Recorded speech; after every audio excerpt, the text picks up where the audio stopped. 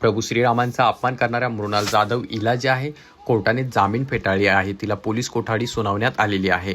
तुम्हाला सांगू इच्छितो, गेल्या काही दिवसापूर्वी बदलापूर इथली तरुणी मृणाल जाधव हिने एक सोशल मीडियावरती एक पोस्ट केली होती. तिच्या इंस्टाग्राम अकाउंटवरती तिने ती स्टोरी टाकली होती. त्यामध्ये ती भगवान श्रीरामाबद्दल वाईट शब्द वाईट वक्तव्य करत होती आणि त्यानंतर ती जी क्लिप होती सोशल मीडियावरती वाऱ्यासारखी व्हायरल झाली आणि त्यानंतर तो व्हिडिओ व्हायरल झाल्यानंतर हिंदुत्ववादी संघटना मोठ्या प्रमाणात आक्रमक झाले आणि त्यांनी थेट बदलापूर पोलीस स्टेशन गाठलं. त्या ठिकाणी गेल्यानंतर तिच्यावरती गुन्हा दाखल करण्यात आला आणि पोलिसांकडनं तिला अटक देखील करण्यात आली. त्यावरती तिच्या आईवडिलांनी त्या गोष्टीची जिम्मेदारी घेत तिची जी आई आहे प्रतिभा जाधव ह्या भाजपच्या महिला अध्यक्ष आहेत आणि त्यांनी त्या ठिकाणी स्वतःच्या पदाचा राजीनामा दिला आहे आणि त्यासोबत तिच्या आईवडिलांनी रडत रडत पूर्ण हिंदू समाजाची माफी मागितली.